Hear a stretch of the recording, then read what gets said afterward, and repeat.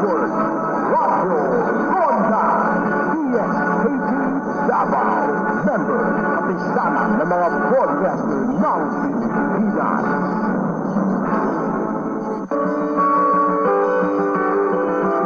This is radio station DXKT, owned and operated by Radio Philippines Network Incorporated, with NTC Temporary Permit Number PSD 0672-2002. Radio station DXKT operates on 1071 kilohertz from 5 a.m. to 11 p.m.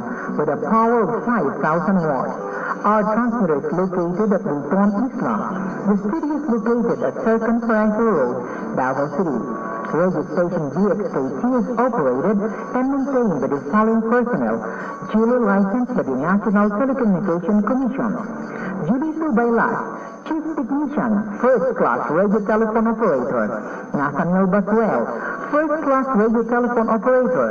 Eloyo Query Jr., First Class Radio Telephone Operator. Elisir Subing, First Class Radio Telephone Operator.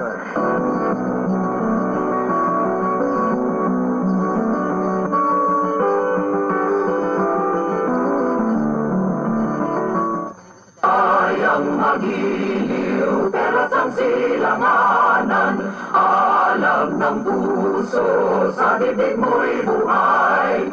Lupang hinirang, duyang ka ng magiting, sa manlulupig, di ka pasisiil. Sa dagat at bundok, sa simoy at sa langit mong dughaw, may ninangang tula, tawid sa paglayang minamahal.